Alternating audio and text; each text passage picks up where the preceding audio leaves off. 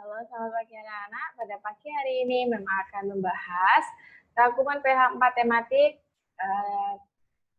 PPKN nomor 16 sampai nomor 45. Kalian bisa simak sambil membaca rangkumannya. 16. Meringankan pekerjaan adalah salah satu tujuan kerja sama. 17. Ir Soekarno dan Muhammad Hatta diculik dan dibawa ke Rengas Dengklok. 18. Para pemuda Indonesia pada zaman dahulu melakukan Sumpah Pemuda agar bersatu mengusir penjajah. 19.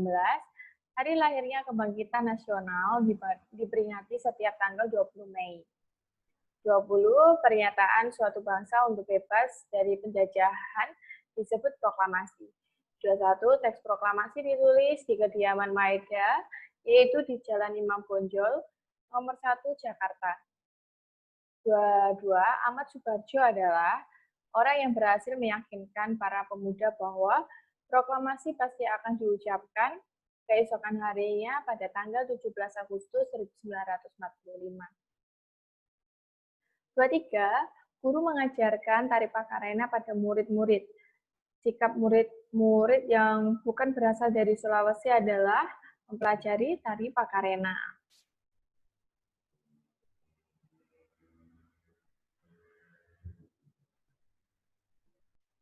Kami melanjutkan. Nomor 24, keutuhan NKRI harus selalu dijaga oleh setiap warga negara agar tidak mudah terbelah dan dijajah. 25, masyarakat yang tinggal di sekitar sungai disatukan karena memiliki kebudayaan dalam bidang ekonomi yang ditunjukkan oleh pasar terapung. 26, kebudayaan Indonesia yang beragam menjadi alat pemersatu bangsa. 27, Sumpah Pemuda terjadi pada tanggal 28 Oktober. 28. Murid membutuhkan guru untuk membimbing dan memberi ilmu terhadap murid. 29. Presiden Budi Utomo yang pertama bernama Raden Adipati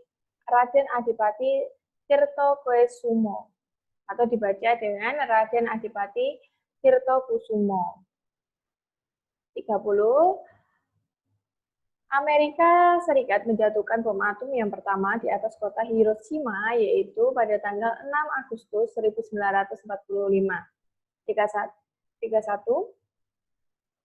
Manusia tidak dapat hidup tanpa orang lain karena manusia adalah makhluk sosial. 32. Indonesia adalah negara kepulauan yang sangat luas. 33. Yang mendapat julukan sebagai Bapak Proklamator adalah Ir Soekarno dan Muhammad Hatta. 34. Mengerjakan PR atau tugas tepat waktu adalah salah satu contoh kerjasama di sekolah. 35. Latar belakang terjadinya peristiwa Rengas Dengklok adalah pertentangan antara para pemuda dengan golongan tua tentang proklamasi kemerdekaan. Sekarang melanjutkan nomor 36. Yang bertugas mengetik naskah teks proklamasi adalah Sayuti Melik. 37.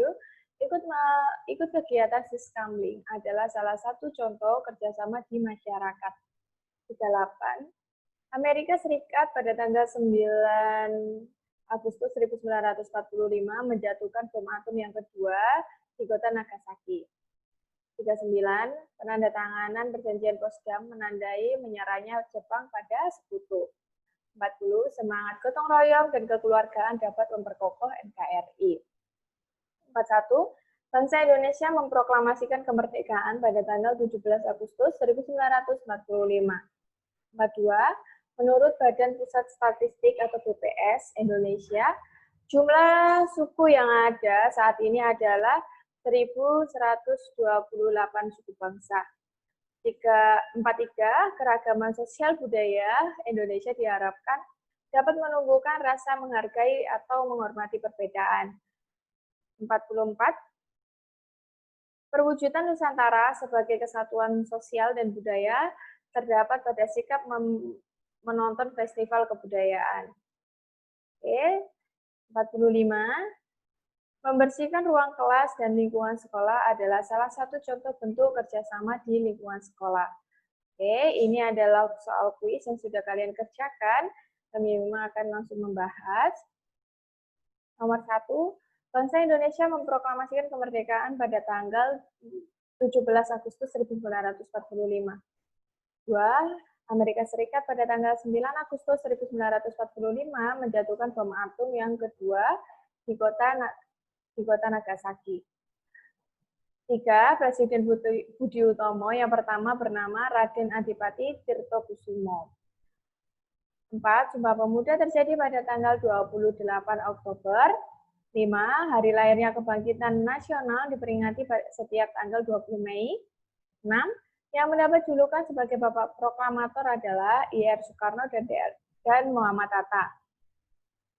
Sekarang yang nomor 7. Pernyataan suatu bangsa untuk bebas dari penjajah disebut proklamasi. 8. I.R. Soekarno dan Muhammad Hatta diculik dan dibawa ke Rengas Dengklok. 9. Yang bertugas mengetik naskah proklamasi adalah Sayuti Melik. 10. Penandatanganan perjanjian Potsdam menandai menyerahnya Jepang pada sekutu. Oke, itu saja yang bisa Mem Yema bahas pada hari ini. Sekian dari Mem, terima kasih.